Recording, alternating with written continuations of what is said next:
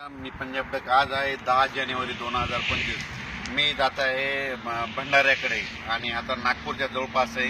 तर राज्यातल्या सर्व शेतकऱ्याला सांगू इच्छितो की राज्यामध्ये म्हणजे सध्या काही पावसाचं वातावरण नाही. फक्त 14 जानेवारी 15 आणि 16च्या दरम्यान राज्यामध्ये ढगाळ वातावरण राहणार आहे म्हणून हा अंदाज लक्ष देतात.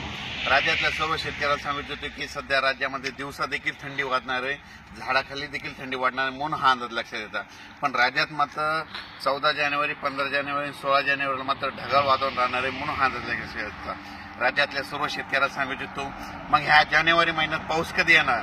तर राज्यातल्या शेतकऱ्याला सांगतो या जानेवारी महिन्यामध्ये जानेवारीच्या शेवटी म्हणजे 26 जानेवारीच्या नंतर एकदा राज्यात पावसाचं वातावरण तयार होणार आहे म्हणून हा अंदाज लक्षात येतात. म्हणजे सांगायचं झालं तर या जानेवारीच्या शेवटच्या आठवड्यात पावसाची शक्यता राहील. त्याचा अंदाज आपण देणारच आहे.